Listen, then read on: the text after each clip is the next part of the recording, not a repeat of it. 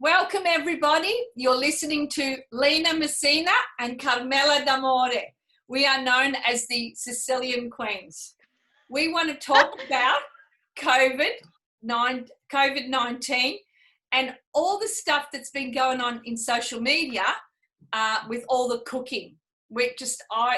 Being both Sicilians, we love how everyone's been showcasing all their food coming all from their own heritage, different parts, different regions. There's so many groups that are going on. And I think it's really, really great. So welcome to our little chat. We're going to sit down and enjoy the best of COVID. Salute, un bicchierino. Saluti a tutti and welcome to our little chat room. Allora, let's talk. Okay. How many groups are you a member of? You mean on Facebook or Twitter? No, let's just have Facebook. Oh, I have no idea. And most of them are Italian. I've got some that are associated with the city of Darebin. Yeah. And some are associated with obviously Sicily and then Italy. Some of them are associated with conspiracy theories regarding alternative theories. Yeah. I won't say conspiracy regarding 5G and COVID-19, whether they're in America. I follow two great philanthropists. One is in Canada. His name's Marco Di Pietro, and the other one I follow is Rocco Puccino in the United Kingdom, and they were both links sent to me, and I follow them based on what the group says and what have you. I say a lot. I just realised that. Veramente, there's a lot of cooking ones. Oh, geez. One thing COVID-19 has done is put padding on my really table. Brought out the Italian, the Sicilian, or any kind of culture. But really, do we realise that? Look at my face. Is gorgeous. You're beautiful. You're beautiful. You're beautiful. I'm having cafe with Sambuca. I walked 8 kilometers the other day because I need to take it off. I think a lot of people have been cooking and eating, but you still can exercise. I walk every morning. I do a good hour. For me, it just centers my brain. It centers my mind. It gets me ready for the day. I can manage anything after I walk. It's just part of my regimen that I've implemented for years and years and years. That's just the way that it is. And it takes a long, long time to get that going. So many times you stop and you start and you stop and you start. But to me, I've planted it a non-negotiable. I find that I'm getting really I'm in my Collingwood outfit. I'm finding that I'm getting really tired because I've been working, trying to balance the stuff that I'm doing in the office and then balance the councilor life and then being a grandmother. Hello, not to grandmother. Ciao, Alessio. And I'm just trying to decide whether I'm going to run for council again, which is in October. There's a lot of balls that are thrown up in the air at the moment, and I'm exhausted at the end of sometimes I'm on till 1 o'clock in the morning or midnight. But Lina, you do so much for the city of Darebin, and not just the city of Darebin. You are always helping people, whatever they need. If you're able to help them, help them. So whoever's listening today and really, really wants to support Lina, just put some messages down on thing there and say, Lina, we want you to rerun, because she needs that support, and having that support, it will help her to realise that she's doing a good job. Because sometimes we can be doing something and we think, are we really doing, are we making a change, or are we helping? Regardless, sometimes we don't realise, and we need that support. I concur because sometimes you just feel like you're hitting a brick wall, or pushing up that extra kilometre, or bike riding that extra mile, and you just think, you know, why do we do what we do? What motivates us? Why are we trying to achieve so much and there's only 24 hours in a day? Yeah. Like, I could be talking to one of my friends in Wales or, you know, Canada, or I could be, you know, New Zealand, and in the morning I have a bit of a shoulder tear at the moment as well. Actually, it's been 2 years, I forget how long it's been, and I just feel that I just need that extra motivation in the morning. And sometimes it's like I just want to snuggle in bed, because just go that extra mile, it's quite difficult at times. But COVID-19, it's been an interesting time, hasn't it? A lot of characters have shone through. A lot of attributes that we didn't know existed between our core have actually outshone. A lot of characteristics that you've seen in individuals that perhaps haven't been so favourable. And social media is a platform for anybody who can read a headline and go one direction, because we don't have time to sit there and read a gigantic post. I'm guilty of that. We probably might read a few things, and that's all we look into. Yeah. And we have only got 3 seconds to capture a particular story, and we believe what that headline tells us. But what we should be really doing is looking underneath that and then making our own unbiased opinion based on that, and not because somebody's written something a certain way or haven't. And it's also what you associate it with unconsciously. You know, social media has perhaps sometimes a verbal cue. Sometimes there's non-verbal cues associated with it, based on the media that's up there, whether they've used an image, whether they've only used words. And depending on what mood we're in, we'll interpret those words and those visuals based on our own unconscious being or mindset at that particular time. Right. So it can, you know, something can go viral and really miss the intention of the particular message that's been posted.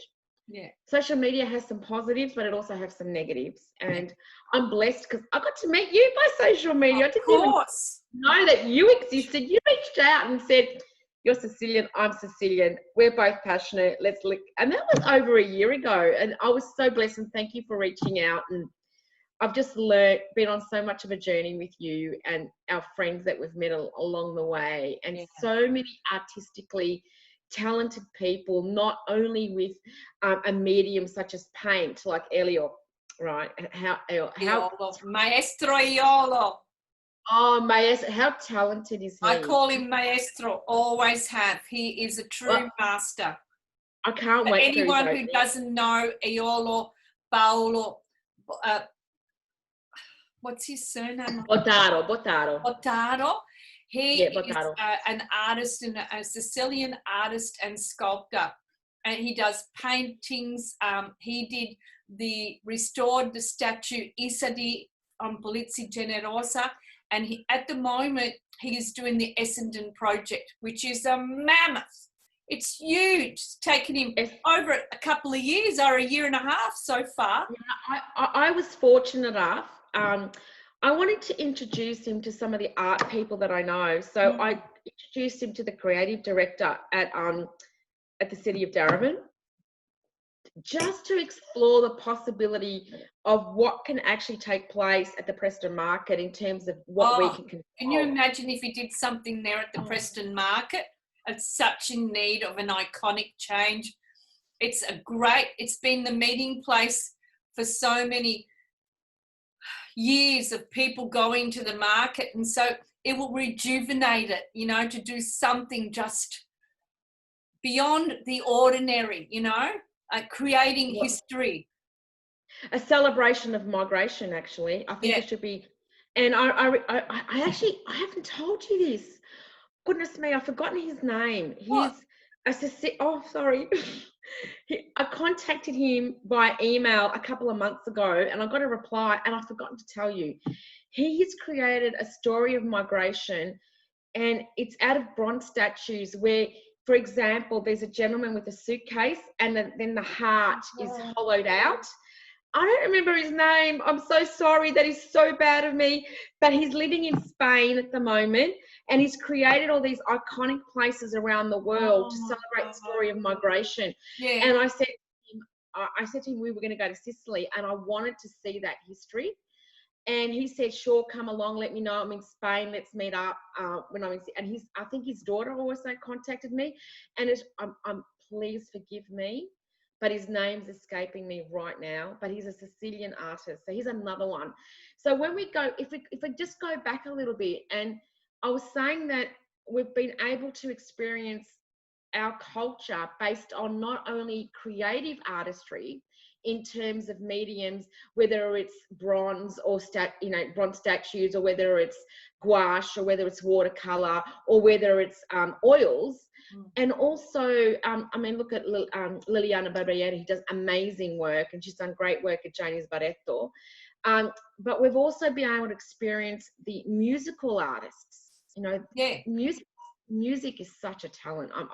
I can't sing for the life of me. And just see how I wouldn't want to be in the shower singing with me. Just like in Sicilians, like let's narrow it down to all these Sicilian creative people that even came out of Sicily and came to Australia, or when and migrated in different places. It's been a real, if you notice it, that all of a sudden, all these people have come out of the closet. People we never ever thought. Look about Michael Cavalieri from America, I can't wait to see his movie. I can't wait for him to come to Australia.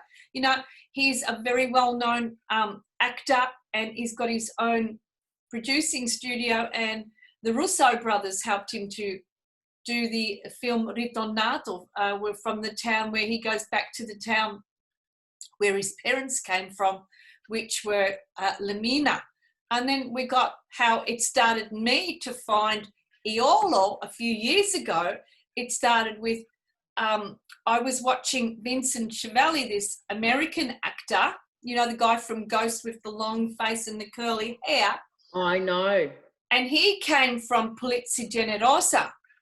And then I looking up Polizia Generosa, and then looking up Polizia Generosa, I found that Iolo and I were already friends, and he was doing the statue Italy.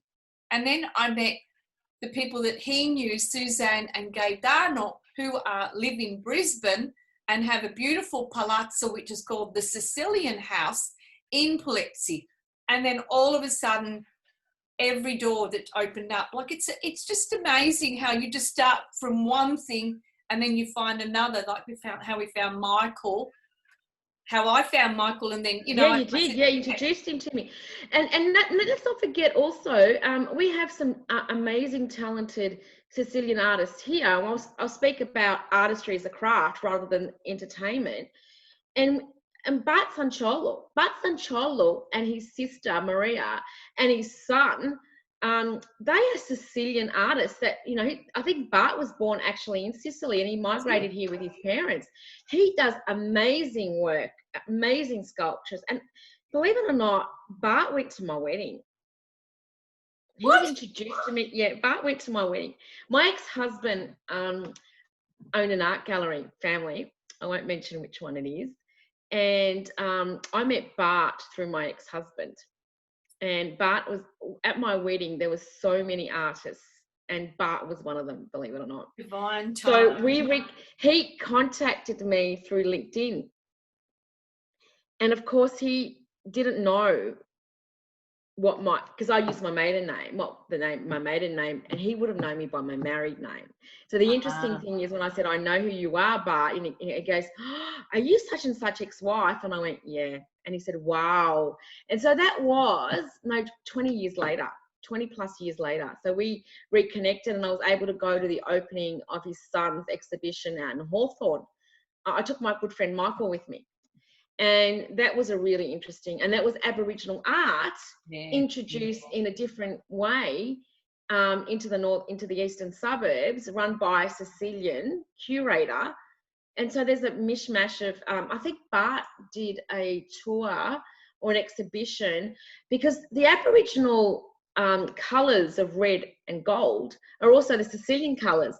So they were able to do an exhibition based on Aboriginal art and Sicilian art coming together. So that was a great fusion between. Can you imagine that? the colours and the I wish I could bring it out. If I know that it's going to go in that direction, the conversation, I would have had some images ready with me. But please look them up, and I'm happy to share them later on, because Bart introduced me to those colours and that theme and that story of that exhibition between the Sicilian and the Aboriginal culture, and that fusion where the Aboriginal artist actually went to Sicily, and he was inspired by creating some art. Yeah, I'm happy to share that.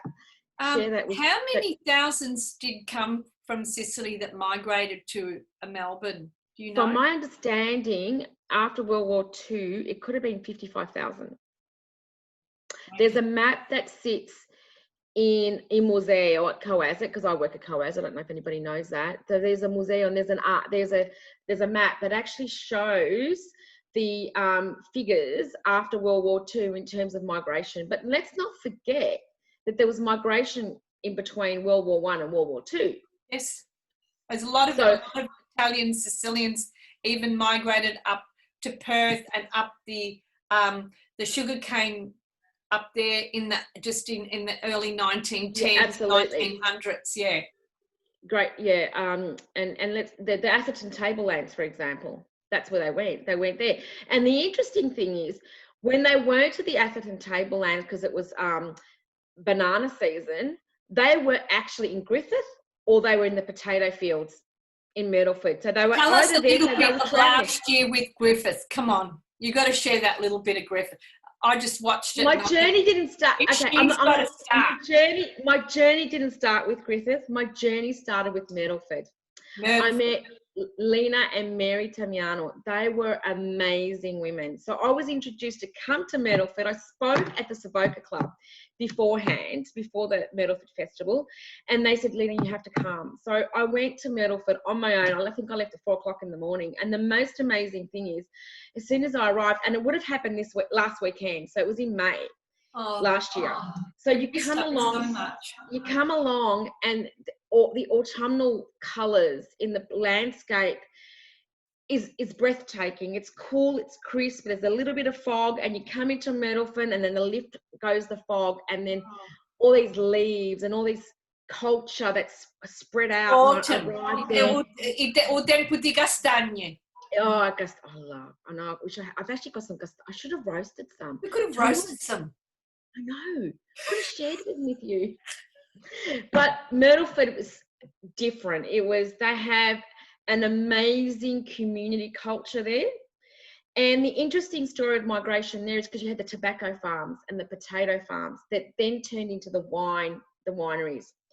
And Mary and Lina were just amazing women, and Lina's husband is amazing as well. I got to introduce him, and then I'd walk there, and I got introduced to all these people. And while I'm introducing to all these people, and then there was people from Griffith there, and they said, "Oh, you have to come to the Griffith Festival." And I went, "Oh, my friends go to the Salami Festival there.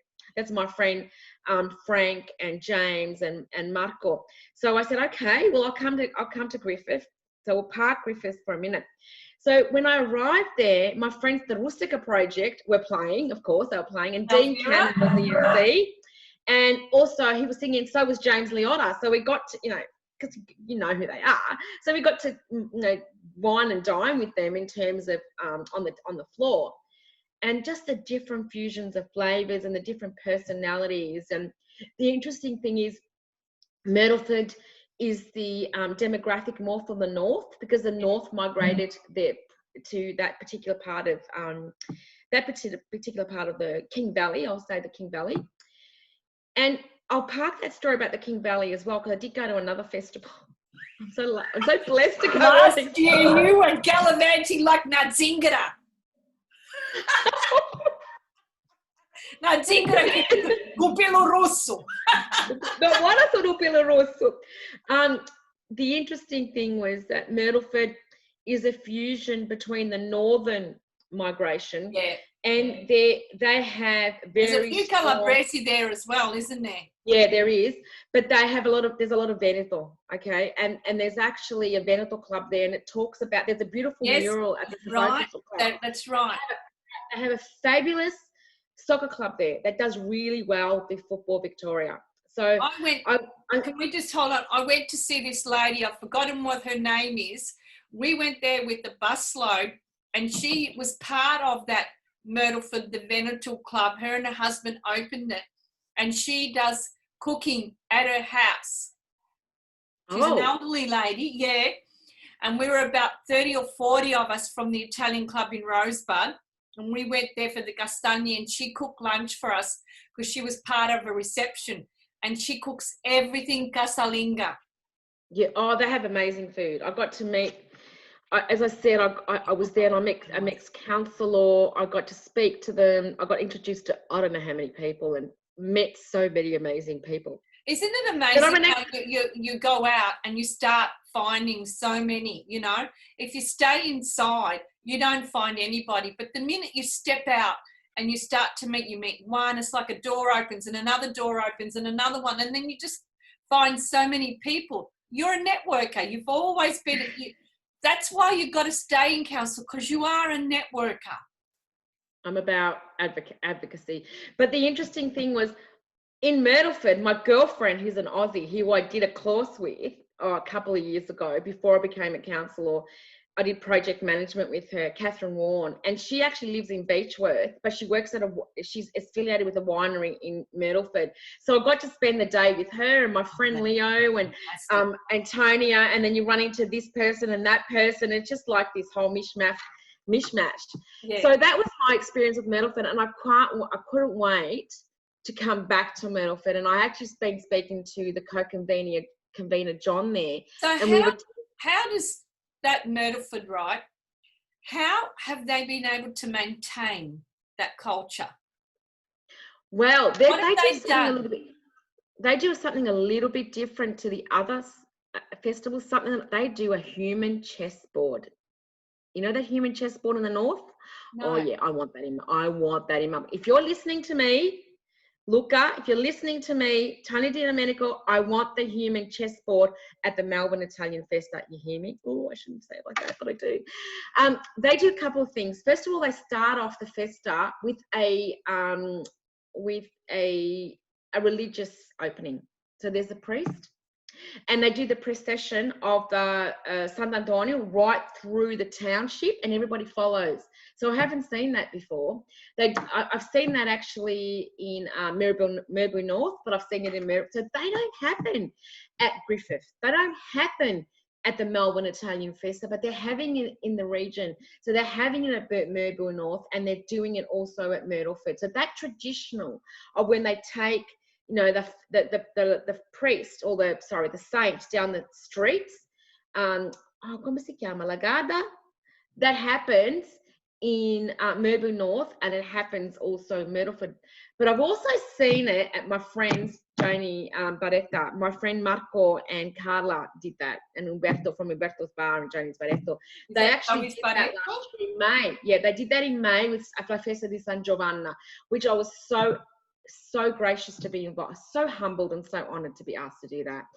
And can I talk to you about that? That really moved me, because they did a session it was a 5-day festa, and they did a session about stories from the briefcase. It wasn't necessarily Italian. In actual fact, the winner was a story from Scotland.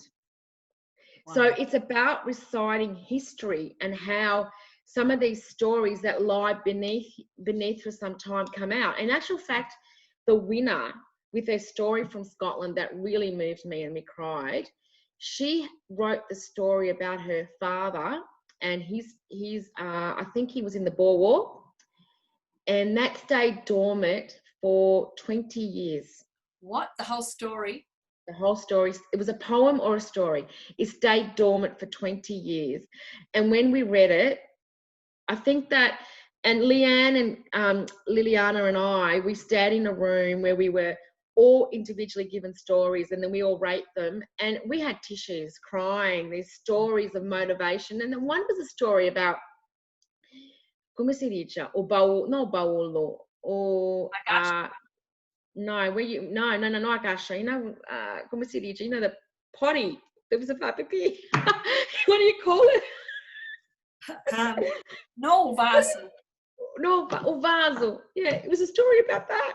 I can't remember the name, but it was a story about that. It really, Urinale. there you go, Orinale. And I started Where did we get Orinale from? They took it on the ship. They took it on the ship and they brought it to Melbourne. Orinale, the Abruzzo, I think it was. It really moved me. All right, so that's Myrtleford. Oh, just wait 1 minute. My nonna had a Orinale underneath her bed. Oh, I can remember all the time. They took it from Abruzzo to Melbourne. She still has it. The story of Orinale. That's right. I couldn't remember the word. Story of Orinale. Anyway, but that was Myrtleford. So I parked Myrtleford, and then came Griffith. Now Griffith is an amazing town. Oh, I can't tell you that it started off as being a poor man's farming land that was given to ex-servicemen. And from that, you've got architects and civil engineers that actually use the Murrumbidgee River and created this, like Melbourne's a planned city, so is Griffith. So it was all planned. And a young generation, much younger than I, actually, Patrick and his cousins formulated a festa to go the Saturday in between the Sunday, which is the Griffith Salami Festival. So on the Saturday, the interesting thing is that my friends, I'm going to bring up Frank and James. That's in June. The Salami Festival is just after June, the weekend of the Queens. No, it's actually the last weekend of August. Oh, they got a late one. It was last weekend, it was that late. So what took place is that I went down with my beautiful friend Lucia and her husband Antonio. We got in the car and we went down. You remember Lucia? Yeah. We went down. Ciao, Lucia. Ciao, Beda. Anyway, and the funny thing is that, unbeknownst to us, they had arranged my friends, Siesta Cartel, to do the singing. And the Rustica Project. By the way, if you've not listened to Siesta Cartel, please do yourself a favour. Go to Olivia in Preston High Street, 102 High Street, Preston, I think it is, yeah. And not follow them on Instagram. Young men sing songs of old with a new voice. The way they've been able to fuse their music is absolutely a gift.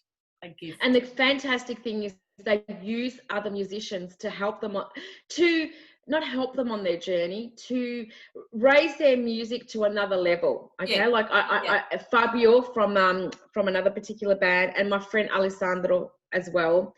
And we introduced them. I said, you need to go and see Adam and Adam and David, and you need to go and see Gino, and you just need to go and see Carmela, because Carmela is a funny man too. Anyway, so they came along, but what I didn't know, and I introduced myself to the mayor, I introduced myself to other councilors who were Italian background, because a lot of Calabrese there, and also the person that was the tourism officer. I got to meet her, Morella, which was fantastic. Very good. So I went there, and then Morella's sending me all this information, because I said to the person at El Globo, I'll write up a little bit of an article You wrote an amazing article. Thank you. And the funny thing is that she sent me literature, and I went, oh no, the poster's Adam. I rang up Adam. I said, Adam, are you Griffith yet? He says, no. Adam Curcio, your face is blasted all over the streets of Griffith. He says, what do you mean? You're the poster boy for the festa. And he goes, what? I go, and he didn't know. So we got there, and Adam's face is every flag. The streets, Adam's face is every flag. Posters in the shops, flags. It was hilarious. Very handsome young man. Oh, he is such a beautiful soul. Amazing. And just like his father and his brother, and his amazing life, got an amazing life, and children. Yeah. So we get there, and the Rustica Project are there too, and also Salvatore Rosano from Santa Taranta, and his beautiful son, because Salvatore brought his son along on that particular journey. And what took place was, at the end of the festival on the first day, you get to meet all these amazing second generation culinary artists culinary artists and musicians as well. And of course the wines, because it's very big on wine. But Griffith has wine, it has cotton, it has, it's an abundance of flavors, an abundance of food. You have to come with me. You have to. I'm coming. And one day's not enough. I want to meet that guy from Yellowtail. Tell me about Yellowtail. 1 second, anyway. And then we've got to go back to food because that's what we started. I know, we can go on a tangent. So when I was speaking to the mayor and was speaking to Patrick, he goes, I've got to introduce you to the CEO of Yellowtail. I go, oh, really? Okay, let's go. So I went, and his name's Giovanni Casella. He's his parents came here from Gerra in Sicily. And I'm talking to him, and he puts on this Sicilian accent, and he goes, Lina, please forgive me, because that's my Italian. I go, non ti preoccupare perché magari io parlo siciliana. He is scorciato Siciliano. I interviewed him. But what happens to you when you meet someone and they start speaking to you in the mother tongue? It's like all of a sudden you meet a brother or a sister. It's like I've known him. And it wasn't about that. It was more about the fact that I was thinking about his parents. They came to Griffith and they used to go up north to the banana plantations and the tobacco farms in far north Queensland, and that's the Atherton Tablelands, or Innisfail, and then come all the way down to Griffith during the summer. So they worked for Australian ex-servicemen. Then what they did is they built up their own portfolio of farming land. Then what happened is that John came over and expanded that. And whilst he was expanding that, it was a time of Crocodile Dundee, he said. So his parents got older, John took over and expanded the label. And when Crocodile Dundee started, he created a new wine, and he took the platform of the iconic kangaroo and created Yellowtail. He was making like 12, I could be wrong, like 12,000 cases of wine a day. I remember Yellowtail when we were using it. We were selling all Yellowtail. Everything was Yellowtail at one stage because it was the in thing. And let's not talk about Calabria wine. Now, Calabria Wines was another winery out in Griffith, and he started off boxing. He used to cart wine grapes, and to defend his name, he learnt to box. He grew, his strength was established by carrying the wine boxes on his back, and he became a fighter. Not that his father didn't like that. So he became a boxer. And from that, he was able to expand his winery and his table to Calabria Wines, who happened to be affiliated with the Collingwood Football Club. You probably didn't know that, but it was, yeah. So I can't wait. And I was invited by the Calabria Wines and John Casala on September 12th last year, on the day of the Sicilian Association Festival, you know, the one that we had with the beautiful Emma invited us to, Emma and Mutsu. So on that particular day, I couldn't go, but they had a big festa planned out in Griffith. But what I found as an experience was that going to these little towns like Merby North, which I went to this year, and going to Myrtleford and going to Griffith, they become like a mini Italy. And the community spirit is so alive. Yeah. Is it because they've only got each other? You know, it's not, they're not drowned by a big city. Yes. And the diversity of culinary fusion that they provide is incredible. And it doesn't have to be just wine, or it doesn't have to be about the restaurant or the cafe. It's about the raw produce itself, whether it's the wine or the grapes or the cheese. And sometimes, you know, Myrtleford had what they've done to the community, the town. Have you seen the castagna roasting machine? This big, huge tripod. 3 years ago to Myrtleford, and I went to this guy, and all this castagna everywhere, and we had such a beautiful time. And I'm thinking it is worth to get on the bus with a group and go and do that for a couple of days and stay maybe in Albury or something like that, or even in the town of Myrtleford, because of what they bring. But I really wanted to Carmela, Lina and Mary will not allow me to spend when they have to, they'll kill me. I have to go 5 days. They've already told me. So when Laura was, was due to, was telling me she was pregnant, she goes to May, and I go, I'm supposed to go to Sicily in May, number one. I know. We were supposed to. And then I've got to go to Myrtleford. Can you not have it on that weekend? Because Mary and Lina will kill me. I can't schedule a baby into my calendar. You have to wait. I wanted to share something with you that it's not part of what we were talking about, but it's part of what we spoke about, the Sicilian language. When I was in Sicily, like I do a tour every year and I go to Sicily. So I went to Sicily probably about 3 or 4 years ago, and I was doing work with the FIC, which is the Federation of Italian Chefs. Can I just stop? We need to acknowledge and do a great salute to yours, not only to your hard work as a chef, but also your experiences in many years, but salute to your love to your culture and your roots, and congratulations on all your accolades. We need to say that, because to be a chef is one thing, but to be acknowledged as a Sicilian chef, which is part of who you are, the core of who you are, you must be so proud. To your nonna, to your nonno, to your mother and father, they all their work. Everybody had a place to build to take me to where I am today. I built onwards. So if you haven't been there, go down. Sorry, I'm going to interject. Please take your time to go down to Carmela's Trattoria in Sorrento Trattoria, out on the main road there, right near the cinema. Beautiful. And the first time I ever tasted panella was at your place. We went there. Remember Labordio and Ciao, beautiful wife Laura, and oh God, I've got Margarita, just amazing. And I found out that people that I was related to in some sort of way. Yes, you had a cousin there. I know. How crazy was that? He was on the table with me. That was crazy.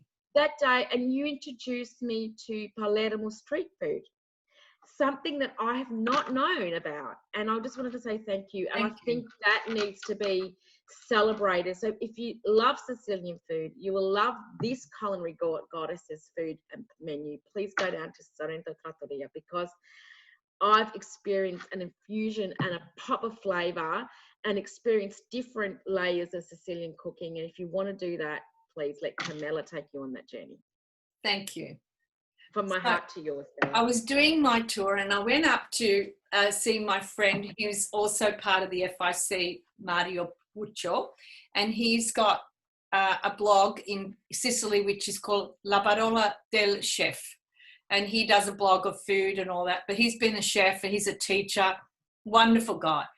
And I had a tour with me, and he said to me, I want you to stop the afternoon and do nothing this afternoon. You have to go up to Edesci, which is a Norman village about 1,000 metres up high, and about 2 hours. On the west. Yeah. It's on the west. 2 hours, near Trapani. Salt farm, yep. I go up there, I get a driver, I take the people that with me, I had 4 people with me. We go up to Edesci and we go and visit this beautiful lady that I had not even heard of. Her name is Maria Grammatico. She is the queen of Sicilian pastry. She makes pastry that was over 100 years old today, that you don't see in many pastry shops.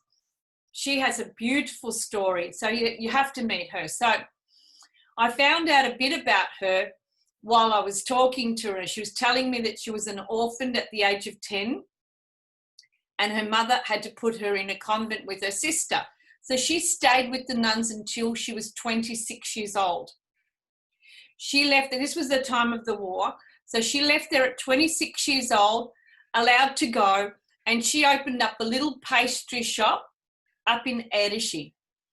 And the nuns no longer spoke to her because they said that she stole their recipes and she took over. Well, she did. She even says it. I stole their recipes. They were bitches. They were bitches to her. And they were really mean. So she created all the recipes that she'd learned all the years, watched the nuns do with this beautiful shop.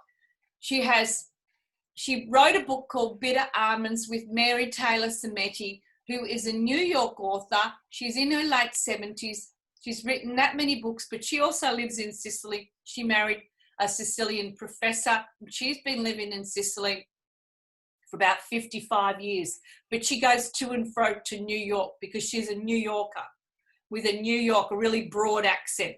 So I meet Maria and I speak to her. I had my FIC jacket. I speak to her in Italian, and there was a bit there. Anyway, I didn't get that connection with her. So she goes and starts to talk to one of her staff and talks Sicilian with them. And I said to my photographer I had with me, wait, I'm going to talk to her, mate. So she comes back.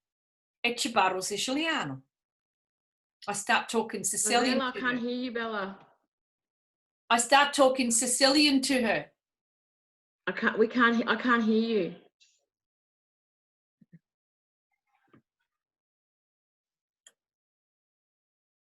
I don't know. Can you still hear me? Yeah, now I can. Yep. I don't know what happened. Yep. Yeah. She talks Sicilian to me. I could hear her talking Sicilian, so I said, vieni qua, voglio parlare. She sat down and I started to talk. I had a conversation with her. She looked at me. She goes to me, mi sta parlando un siciliano che è passati 100 anni. Where did you, come tu insegnò? I said, ma nonna, Monsignor.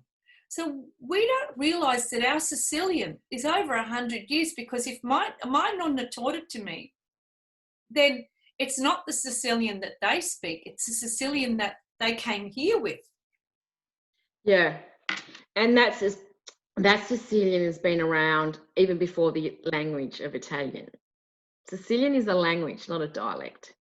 And it is rare, and people, we grew up where it was looked frowned upon, where the Northern Italians were frowned upon on our language. But in fact, it's older than the Italian language itself. Oh, yeah. Io me ne frego, se non ti piace come parlo, ma te ne fate da strada, non mi interessa per mia. Questa è la lingua mia e io parlo quello che mi piace a mia.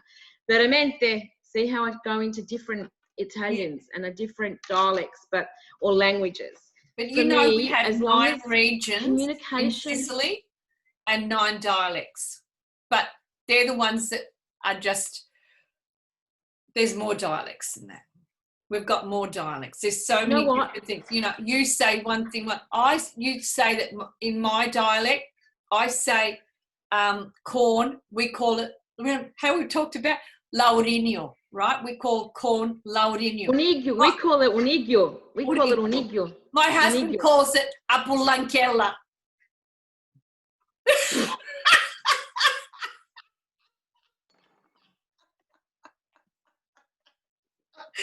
Oh my God. Well, gacciofolo, we call it gacciofolo. He calls it gagocciolo. He comes from Palermo. I'm gonna piss myself. So you see, I'm gonna need a condensate in a minute. What did you say your husband said? Chi sto marito? Che sta dicendo? Dice no, ciao Marco, ma chi minchiato stai dicendo? Go back. go on.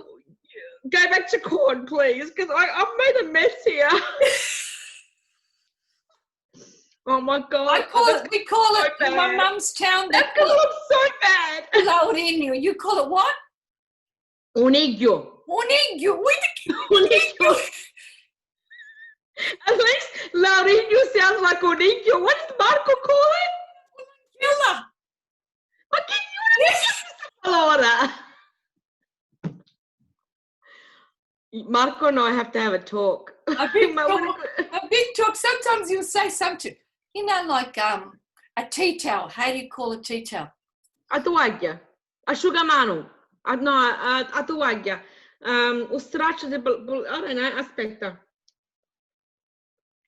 A toaglia, asciugare I piatti. Chi che asciuga I piatti? Un cannavazzo. I've never heard of that before. Un cannavazzo is really, really slang. Un cannavazzo. Where the hell are you going to get a cannavazzo from? A pezza. Oh my God. Okay. A pezza. A pezza, o straccio per pulizzare I piatti. Oh, straccio is more, I don't know, is it more? Yeah, I know. But I can't, up the northern kind. Let's talk about some other words because this is really funny. All right, come on. Let me check. Cacciofola. A cacciof. Yeah, cacciof is the same. Yeah. He goes cagocciola. Oh, magari a cagocciola diciamo noi, magari Pure tu. A cagocciola. Palermitano, a bit of Arab in there. Well, we're from provincia. Tu sei messinese, io sono catanese, even though my surname is Messina, but I'm from provincia Catania, which is it. I can't believe that. What was that word? Apolacella. What was that? Unigio. Where did on earth? Cannavazzo. Canarazzo è come canarazzo. No, cannavazzo is like a real straccio, like a real bezza. All right, so let's just go back to the cooking because that's what we started off with, and then we're going to stop because it's been too long. How long we've been chatting for? I don't know. There's a problem. We can talk for hours. What made you start cooking from your roots in COVID? And you, because I saw all your social media, all the stuff you cooked up. You were giving it to your tia, to your mum, to your daughter. Anybody that came to my house at the door. I'm my brothers are chefs, okay? So my brothers are pasta chefs. And I will never, ever cook the way my brothers, because they've been trained the right way, okay? So, Mario and Angelo Messina, both of them, they know how to cook pasta because of Danini's from scratch, okay? Yeah. And that's their gift. My mother loves to cook desserts in her certain way, whether it's, for example, my mum cooks sfingi. Now, sfingi from Catania, my mum, you don't make it with anchovies inside or any raisins or anything like that. And you don't make it with potatoes, but yet zeppoli, which is what sfingi is, which is really donuts, which is really lucamidis, you can call it whatever they like. They're donuts, basically. I know you making, for example, at your restaurant, you've put sultanas in it. Sultanas. Whereas in Catania, we don't. I'm from Provincia Catania, Liguria, Militello. We don't put anything in them, for example. But I think my mum did it on her side. She does them with ricotta. Yeah. So the mystery of the sfingi is to find out what's in the center. They're light and fluffy. And I don't like my donuts rated in sugar or cinnamon. That's just me personally. But my mother makes this thing called I castateddi. Yeah. Which is like an open custard ricotta tart. It is amazing. It's like a ricotta cake and it's like a flan. Amazing. It's amazing. And then the scacciate, scaccioni, whatever you want to call it. Yeah. We have wood fire. Can I just tell you something about how the sfingi, we talk about sfingi, and part of the sfingi in some places they're called zeppioli. They've got so many different names, right? Lucamedis in Greek, it's the same thing, But they come from the name derived from the Arabs actually brought them in and they created it in the region of Palermo. Yeah. And they created that. Yeah. And it's, I won't quote it exactly, but as I remember it, it's called Zabilia, where they get the name from. I read that, from zeppioli, which means, translated in Arab, means fried dough. But how does lucamedis come into it? Because the Greeks, I know that there's these little outlets where they make these donuts, which is basically the same as ours. Well, the island has to, our island, our mother, Sicily, the island is half Greek and half Arab. Yeah, So I know, but because and sorry to interject, because I associated Zeppoli or Sfingi, like we would say, and I'm hoping it's SFINCI because I've seen it spelled SFNIGI. There's a little different so way. many different names, so many different spelling. And I assumed because the Greeks are doing it, I assumed that it was. They do it with honey. Yes, and I thought it was introduced to the Sicilian culture by the Greeks. But you're telling me now, no, it's the Arabs through Palermo, that's the biggest port, that introduced it to Sicily. And then obviously the Arabs introduced it to Sicily, went off to Zeppoli to Calabria, and then maybe that's how the Spanish were. It's a bit like all the culinary food of Sicily. In one region, it's one way, and then as you trail on to different regions, they've used the framework, but they've put the ingredients of what they have in there. So because they were basically food was so scarce. One recipe we could call it Isa da beccafigo, right? Yeah. And I've never heard of it before until you You go to Palermo and they Isa da beccafigo, and they're rolled and they're stuffed with sultanas and saffron and all different spices. You go to my mother's region in Milazzo, Messina, and she did Isa di beccafigo flat, stuffed inside, and another sardine on top. Then we would close them up and deep fry them with egg, and then batter them again with crumbs, and then put them in sauce. But every region has had a different thing with the sardi, but the sardi a beccafigo actually come from the region of Palermo. And the Queen. Do you want to tell the story about how that dish came to place? Yeah, so if I can really remember, because this is just out of context, but the story of Isardi a beccafigo started like this. In the time that we had the Queen Carolina and King Ferdinando, she had French chefs who would come, because she would come and stay in Palermo through the summer months. And she had a palace up in Palermo. Well, the palaces are all being bombarded from the war, but there still are quite a few palaces. We could talk about that another time. So she had French chefs, and they decided with their culinary things that they would create a dish for her with the ingredients that they had.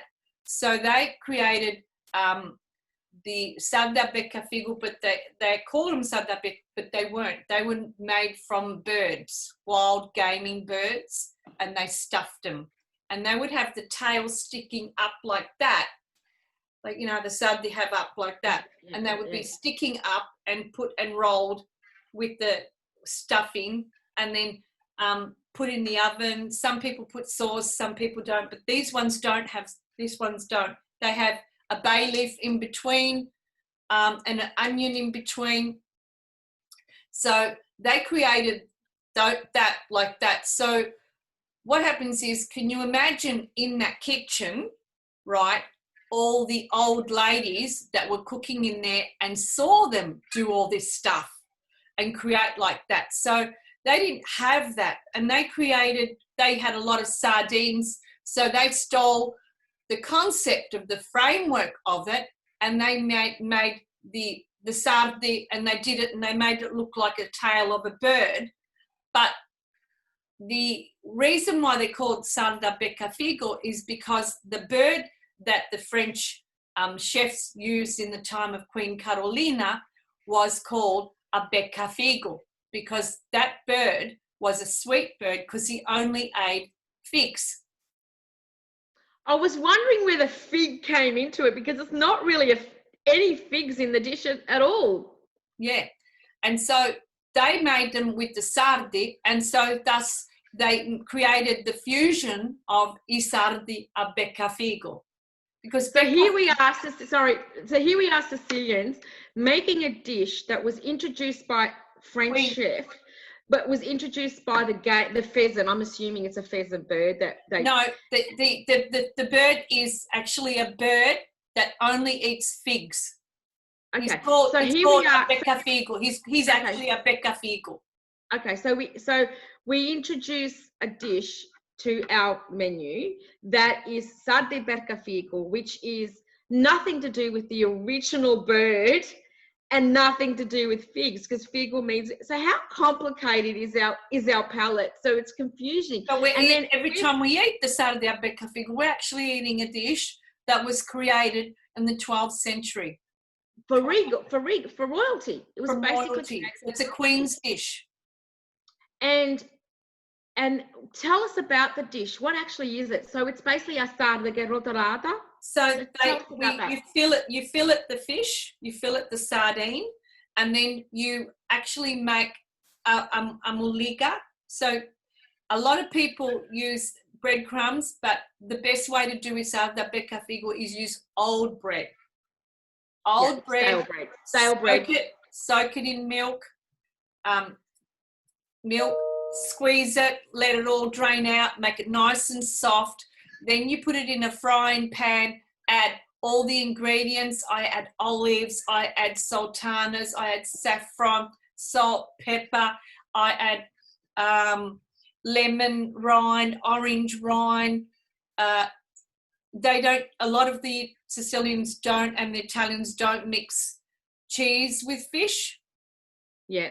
But I like to put a little bit of Parmesan or pecorino. I know. I actually like cheese. Me too. I like to put pecorino because bank me. But I like risotto and pasta. I know. Yeah, that's another discussion. That's another discussion. I put a little bit of pecorino in it because pecorino's got a good bite, and it's a Sicilian cheese. It's the best. And then, so let's talk about, and then what do? Do you put a bit of stock, or sorry, I'm interjecting. No, you fry it and with olive oil, garlic, and you let it soffritto. Make it soffritto and morbido. And then after it's cold, you roll it in with that, and you roll it. And then you put a skewer, and you do you put a little bay leaf, or you can put an onion, and you can put some orange. A slice. See, I'm gonna take it back to what you just described. So to me, that dish is a cultural fusion between different gastronomical flavors from different places of the world. Because you mentioned raisins. Now raisins have come from obviously from Africa. No, they come from the Arabs. From the Arabs, yeah. Okay, Arabs, yeah, okay, Arabs, okay, yeah. Okay, so they come from the Arabs. And then you've got olives, which is Sicilian and obviously Greek. No, the olives actually don't. The olives the Greeks brought in. That's what so the Greek, that's what I'm saying. So the Greeks brought in the olives, the raisins were brought in from the Arabs, and then you've got the citrus. The pistachio was brought in by the Turks. There you go. So you've got I didn't know there was pistachio in that dish. So in beccafigo, there's pistachio, is there? So there's raisins. I like to put pistachio because it gives it a nice crunch. See, can I ask you if we do another podcast or and can you please cook that for us? Because I've never seen it cooked. I've only ever had it at your restaurant. It was the first time I was introduced, because coming from the east coast of Sicily, we don't get to speak or taste the cultural gastronomical flavors from the west. Flavors, your mouth is just bursting with so much. So can I ask that we do a cooking session and you introduce that, because in your own special way, and not about knowing your secret recipe, it's about talking about the introduction of fusions from the different culinary tables. And you've got the Greeks, you've got the Arabs, you've got the Sicilians, and then you've got Turkey. How unique are the fusion that comes in that. I'm sure that we've been talking our head off, and we could probably just stop now. Yeah, okay. Let's do the next conversation. Yeah. I don't even know what we were going to talk about the stuff, but we've gone off on a tangent. But let's talk about Ifigibet, and then talk about maybe, Carolina and Ferdinando, and talk about how they came to Sicily. Oh, and there's so many stories. There's so much. We could talk about Colabesci. Have you heard of the story of Colabesci? No. The little boy who had fins. Oh. No. And he holds Sicily by the columns. No. Oh, I'll tell you that. Okay. And I want to do one. I want to invite Lucia. Yep. Lucia to talk about one day, to talk about I figli della rota. Oh, yes, definitely. Definitely. And then I want to introduce Nella, my girlfriend Nella, to talk about some of her preservations in terms of food. But let's do yours next, and we can talk about Carolina and Ferdinando, because I don't know all the history, but you are the queen of history and the goddess. So we're going to stick to the Sicilian Queens, which I'm not comfortable with, but we'll talk about that, and we'll talk about how much Sicily is going to be influencing some of our discussions. Yeah. And it's about this generation that you and I belong into, and the generation beneath us, and maybe before us as well, because a lot of the ones before us did not go to school. So they perhaps are not aware of the Sicilian history. Like my mother has not travelled anywhere apart from Catania and Messina but she has a wealth of knowledge inside of her. All the stuff. No, she doesn't understand that part of the history, because she was never taught that. She wouldn't even know that there was all that different culinary delights in Sicily. So I think what we need to do is say, hey guys, you're from Sicily, you want to know about Sicily? This is what Sicily is. It's about the west coast and the east coast, and then the south, because you've got the influence of the south, how it all comes together. It's just not fish. And it's just not Sicilian food and citrus. It's about the olives and the raisins and the pistachio. And also you've got the other flavours of the... What about a cassata? Which that's the queen of dessert pastry. And I don't like it very much. It doesn't... Maybe because they were always at those damn Italian weddings. You know that Sicily exports their almonds, and we in Sicily have over 200 different types of almonds. Didn't know that.